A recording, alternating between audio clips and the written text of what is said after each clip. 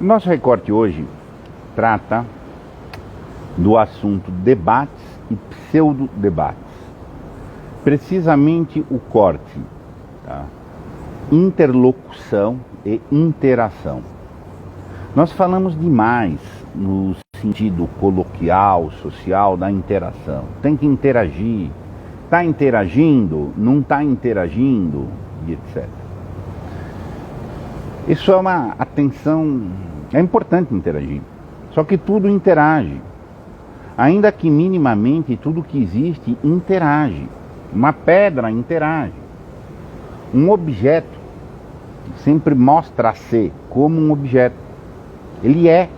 E você ver o objeto, há uma interação com ele. A interação está dentro do domínio da comunicação. Todo mundo comunica. A pedra comunica que é pedra. Ponto.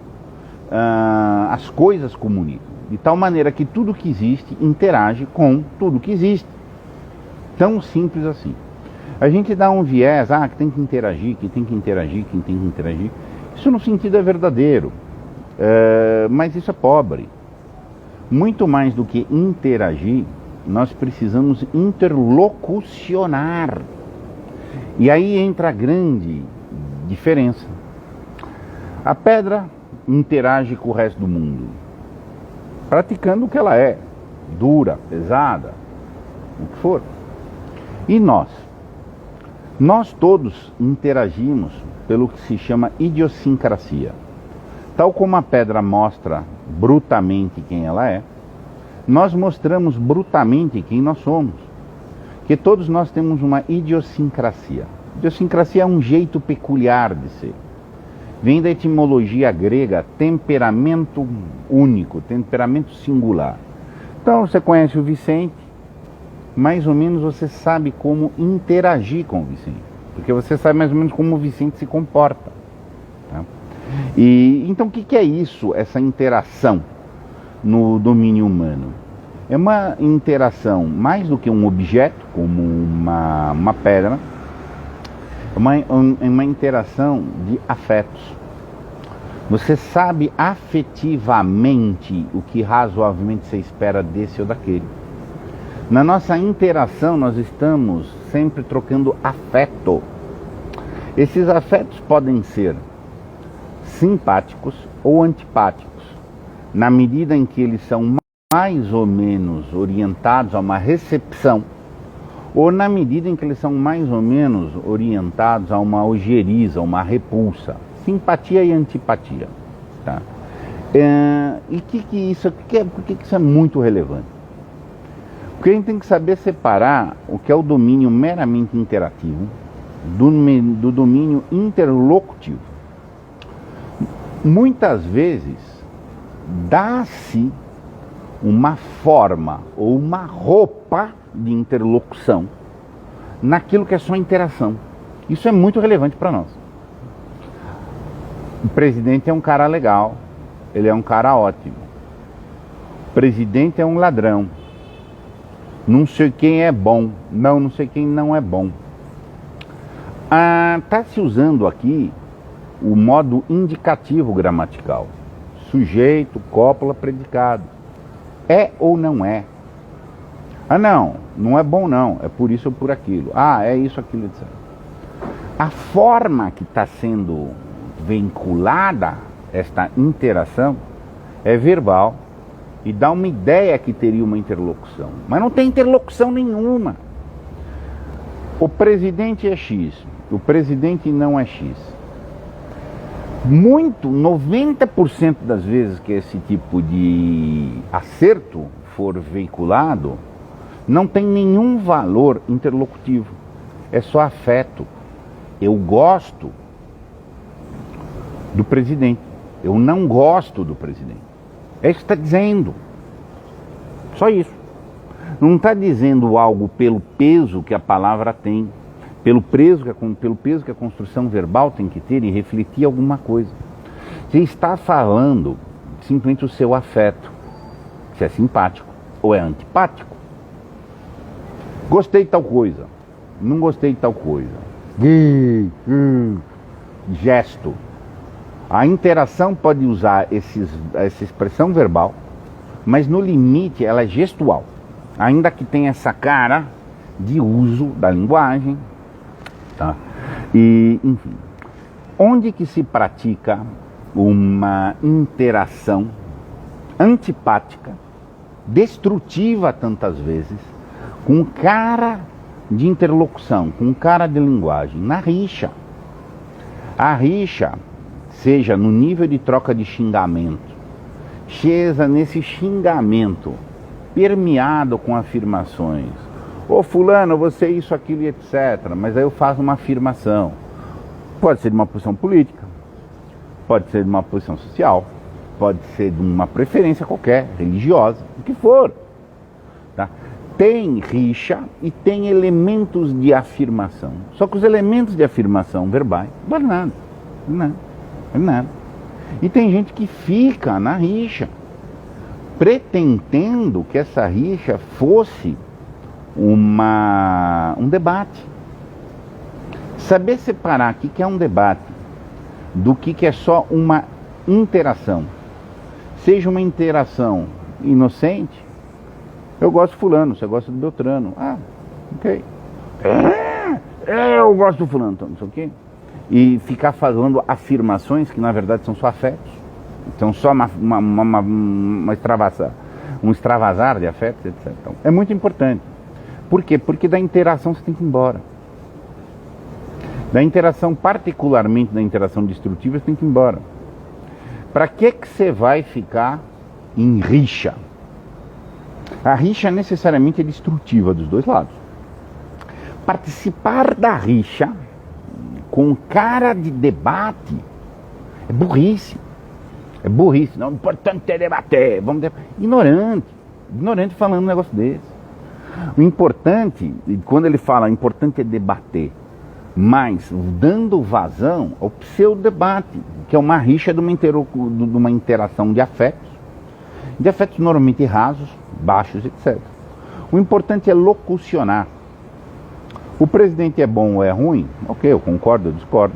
Que é por A, por B, por C. Na interlocução, ela tem que ter um predomínio muito grande do domínio verbal. O domínio gestual pode até existir, mas tem que ser diminuto. E há de haver uma ordem, porque há de haver um objetivo. Na interação, ela existe independentemente de objetivo. Ela é uma expressão de um estado de afetos.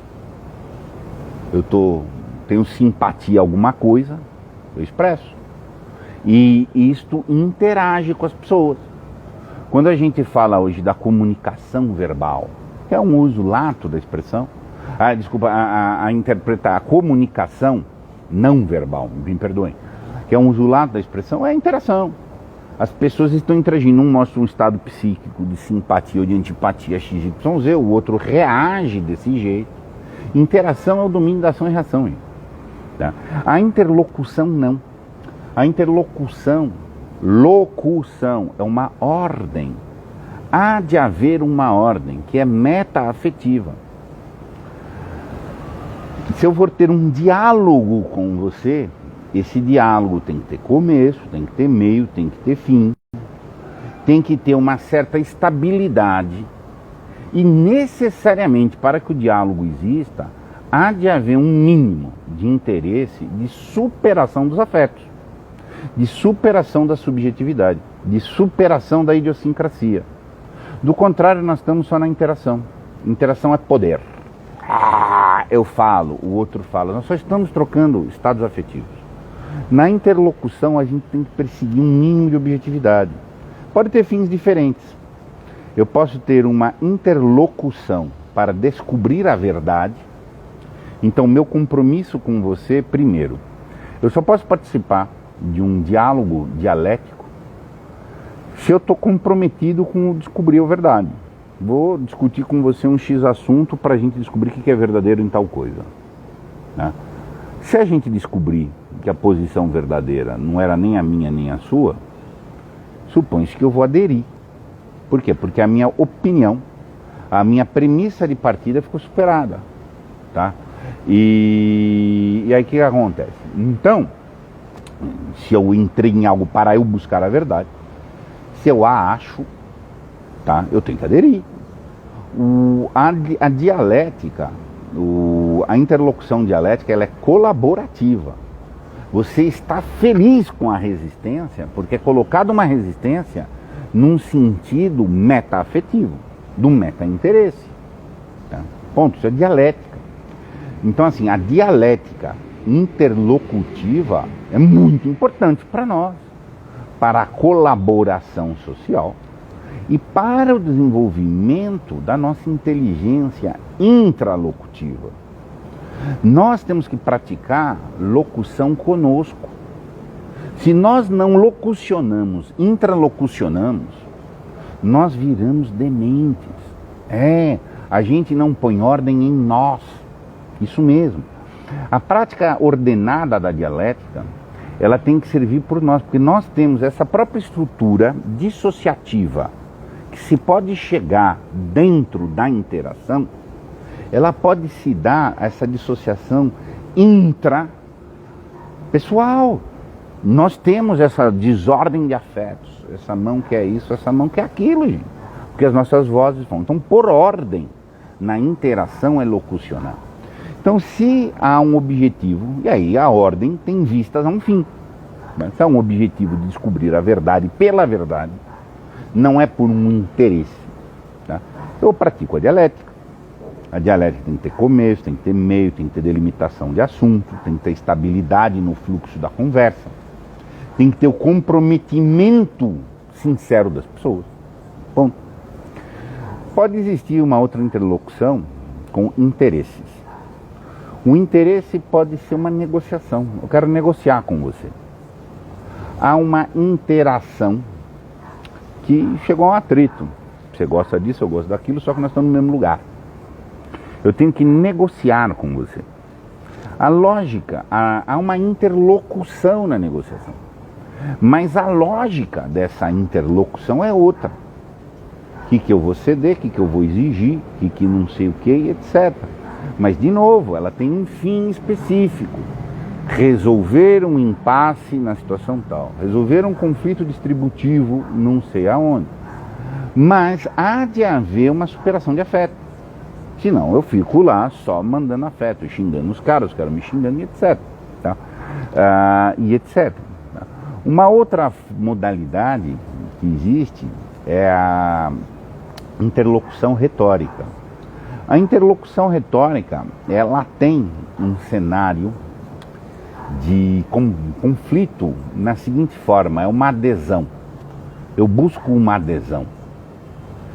Você tem uma posição, mas eu quero te persuadir a outra. E ela tem uma outra. A retórica tem uma lógica muito grande. Existe boa, existe má retórica. A interação pode ser boa ou má. A interlocução, tá, na retórica, por sua vez, ali reside bondade e manipulação. Tá? Mas é uma interlocução, ela é ordenada. E o retor, gente, é muito bom quando ele supera plenamente os seus afetos e quando ele consegue entender os afetos do seu público e superá-los. O que eu preciso fechar hoje? A gente tem que perder uma visão muito cretina, estúpida, rasa, vulgar, que é achar que o uso da articulação é o uso das palavras com o seu senso. Que o diálogo, o que tem cara de diálogo, não quer dizer que seja diálogo. Pode ser só afeto. Se é só afeto, pode ser alguma coisa inocente. Eu gosto de tal coisa, eu gosto de não sei o que, isso, aquilo, e as pessoas se sintam até respeitadas, porque elas possam expressar os seus afetos espontaneamente. Mas ela também pode dar aso para a rixa, que é o que mais acontece. Os debates rixosos, os debates cínicos, o deboche dentro, vamos debater, sei, como é que é, e aí, e tal. Isso é uma rixa. O deboche é uma rixa cínica. Por quê? Porque só tem uma lógica de afeto.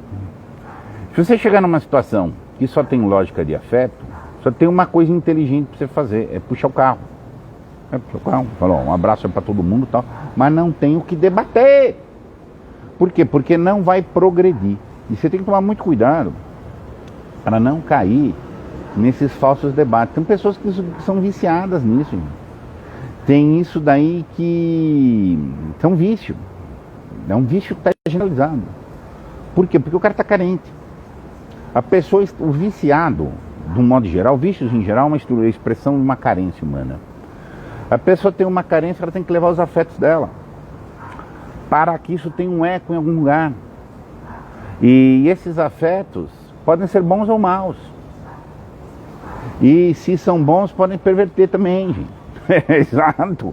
Então você fica participando desses debates vãos, debate vácuo, valorizando um sentimentalismo afetivo, vai emborrecer.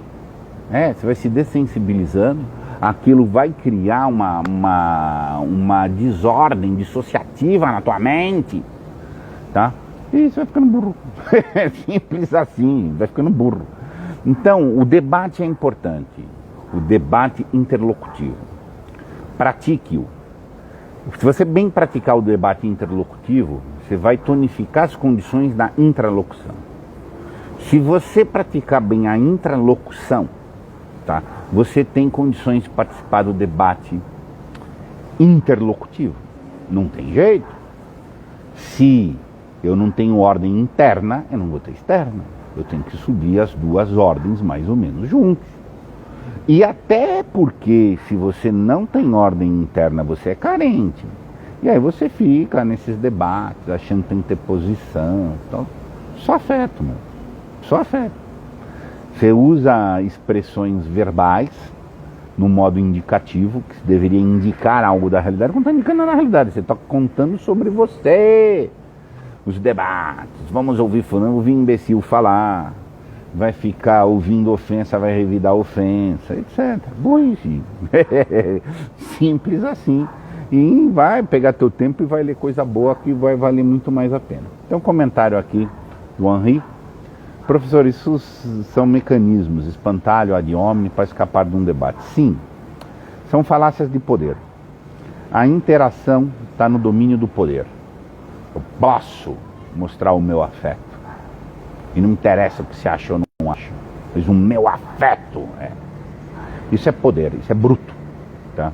E essas falácias que você está colocando aqui, espantalho ad hominem, etc., são falácias de poder. Olha, fulano é bom, você não presta, é você que não... Você não está falando do assunto, você está falando de mim.